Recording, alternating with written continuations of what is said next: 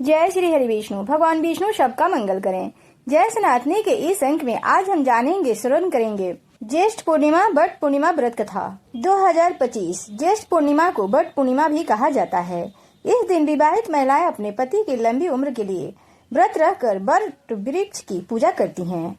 इस साल 10 जून को बट पूर्णिमा का व्रत रखा जाएगा। इस दिन पूजा के दौरान व्रत कथा का पाठ जरूर किया जाता है। वर्ष 2025 में 10 जून मंगलवार को बट पूर्णिमा का व्रत रखा जाएगा। धार्मिक मान्यता है कि सुहागिन महिलाएं अपने पति की लंबी उम्र के साथ ही सुखी वैवाहिक जीवन का आशीर्वाद पाने के लिए इस दिन ब्रह्मा, सावित्री, यम, नारद और सत्यवान की पूजा करती हैं। इस दिन पूजा के दौरान इस व्रत कथा का पाठ जरूर किया जाता है। अगर यह वीडियो पसंद आए तो चैनल को सब्सक्राइब और वीडियो को लाइक शेयर अवश्य करें। एक बार देवी पार्वती ने भगवान शिव जी से पूछा, हे प्रभु, आप सर्वज्ञ हैं, आप मुझे एक पुण्यकारी कथा सुनाइए जो महिलाओं के लिए अत्यंत शुभ फलदायी हो, पतिव्रता धर्म को दृढ़ करने वाली हो और सौभाग्य प्रदान करने वाली हो। प्रभास क्षेत्र में स्थित सावित्री देवी की कथा मुझे सुनाइए, जिसकी महिमा आज भी बट सावित्री व्रत के रूप में की जाती है।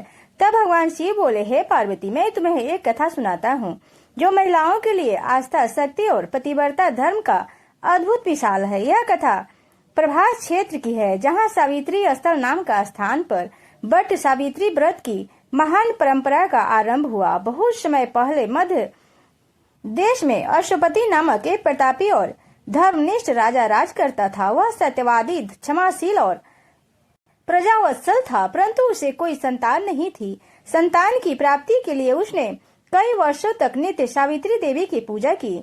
अंततः उनकी तपस्या और भक्ति से प्रसन्न होकर स्वयं सावित्री देवी प्रकट हुई और उसे पुत्र प्राप्ति का वरदान दिया। कुछ समय बाद अश्वपति की रानी ने एक दिव्य कन्या को जन्म दिया, जो रूप, गुण और तेज में स्वयं देवी सावित्री का अंश मानी गई। राजा ने उसका नाम भी सावित्री ही रखा। वह कन्या बड़ी होकर अत्यंत सुंदर, गुणवान और तेजस्वी बनी।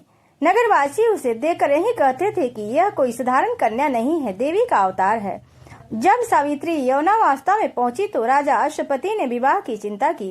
उन्होंने अपनी पुत्री से कहा, पुत्री, तुम्हारा विवाह योग समय आ गया है, परंतु मैं तुम्हारे लिए कोई उपयुक्त वर नहीं ढूंढ पा रहा हूँ, अतः मैं तुम्हें अनुमति देता हूँ कि तुम स्वयं अपने लिए योग वर का चयन करो।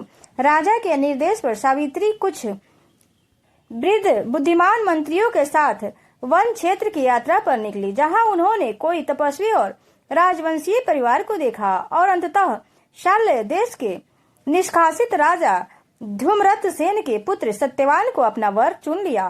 के साथ वन में जीवन व्यतीत कर रहा था। वह अत्यंत धर्मनिष्ठ, सत्यवादी और सेवापरायण युवक था। जब सावित्री अपने चयन की जानकारी लेकर लौटी तो वहाँ देवर्षि नारद पहले से उपस्थित थे। उन्होंने सत्यवान के बारे में सुनते ही कहा, हे राजन, सत्यवान सभी गुणों में श्रेष्ठ है, लेकिन एक दोष है, वह अल्पायु है। ठीक 1 वर्ष बाद उसकी मृत्यु निश्चित है। यह सुनकर भी सावित्री ने दृढ़ता पूर्वक उत्तर दिया, एक बार ही वर वरण किया जाता है, चाहे वह दीर्घायु हो या अल्पायु। मैंने सत्यवान को अपना पति स्वीकार कर लिया है, अब कोई और मेरा वर नहीं हो सकता।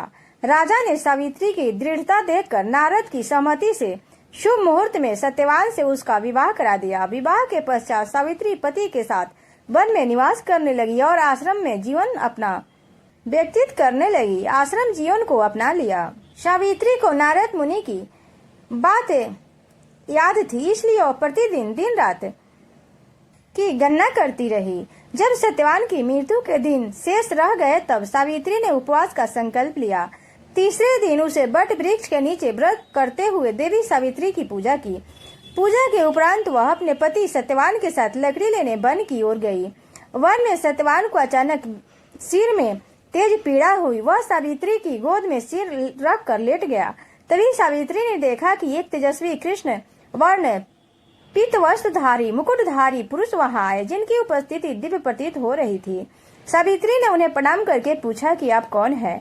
वे बोले, मैं यमराज हूँ, तुम्हारे पति का आयु पूर्ण हो चुकी है, अतः मैं उसकी आत्मा को लेने आया हूँ। यमराज ने सत्यवान की आत्मा को अंगुश के आकार से निकालकर दक्षिण दिशा की ओर प्रस्थान किया। सावित्री भी उसके पीछे पीछे चलने लगी।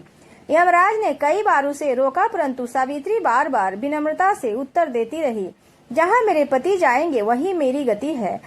पत्नी का धर्म है कि वह अपने पति के साथ न छोड़े। सावित्री की दृढ़ता, भक्ति और मधुर वाणी से प्रसन्न होकर यमराज ने कहा, मांगो तुम्हें जो भी वर चाहिए।